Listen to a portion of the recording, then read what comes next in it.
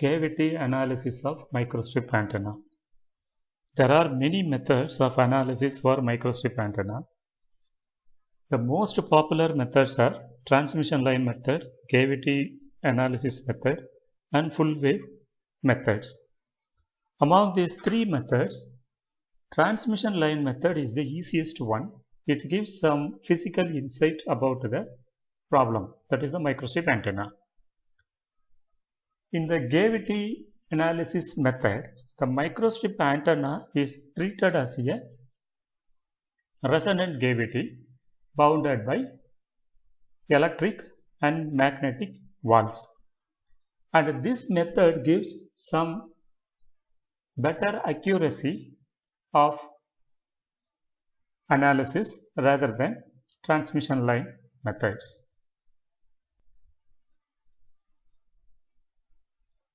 This is the structure of microstrip antenna. In the microstrip antenna, this is the bottom ground plane made of any conductive material.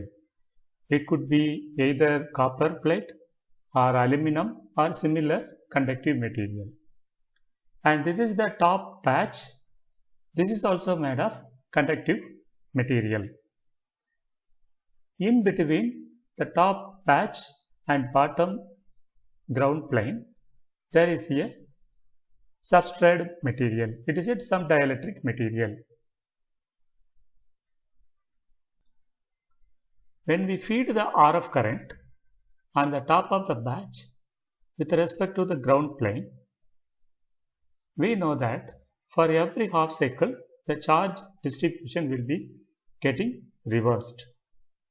Since the thickness of the microstrip line here is very small, therefore there will be a charge. Let us assume the lower plate has positive charge on this space and the corresponding portion of the patch where the negative charges are accumulated.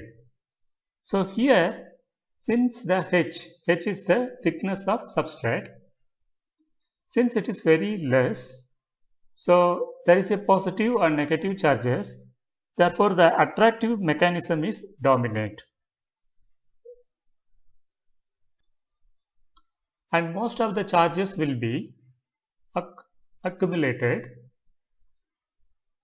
in this lower part of the patch. Due to the repulsive force between the like charges, some of the charges is moving towards upward. In most cases, since the thickness of a microstrip line is very less, therefore, and the attractive force is dominating, and hence this type of movement of charge from the lower part of the patch to the upper part of the patch is very minimum, since the current component which are moving along the edges is very less, and hence there is no magnetic field corresponding to this current component is not present. Therefore, there is no tangential magnetic field component present along the edges. The magnetic field that will present only in the horizontal way here. There is no tangential magnetic field present, whereas the electric field will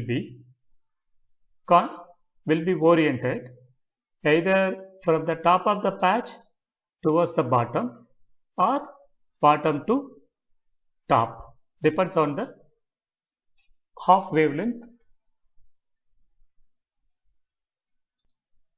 Since the electric fields are perpendicular to the patch and also to the ground plane, these two, patch and ground plane, are called as electric wall, and the magnetic field will be perpendicular to these edges, almost all the four edges. Therefore, those four sides of the microstrip line are called as magnetic wall. Therefore, it looks like a resonator.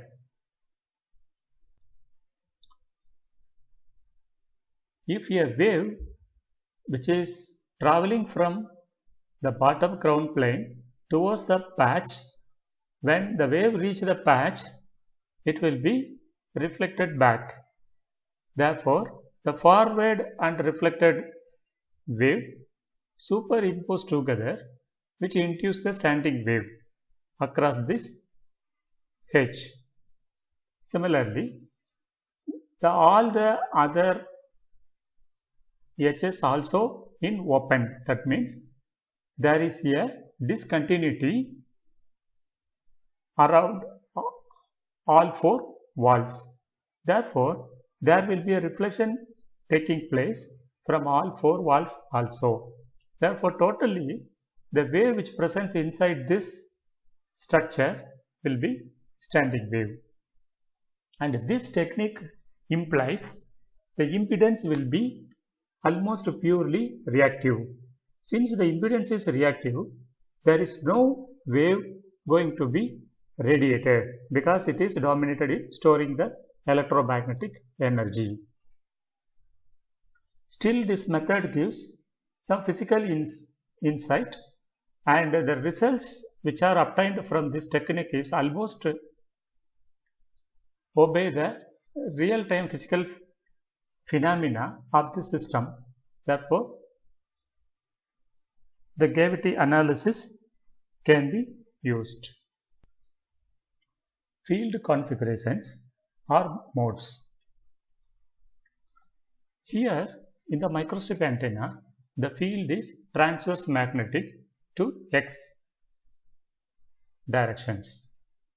Why transverse magnetic to X means all the magnetic field will be oriented either in Z directions or Y directions, because the magnetic field will be tangent to this wall.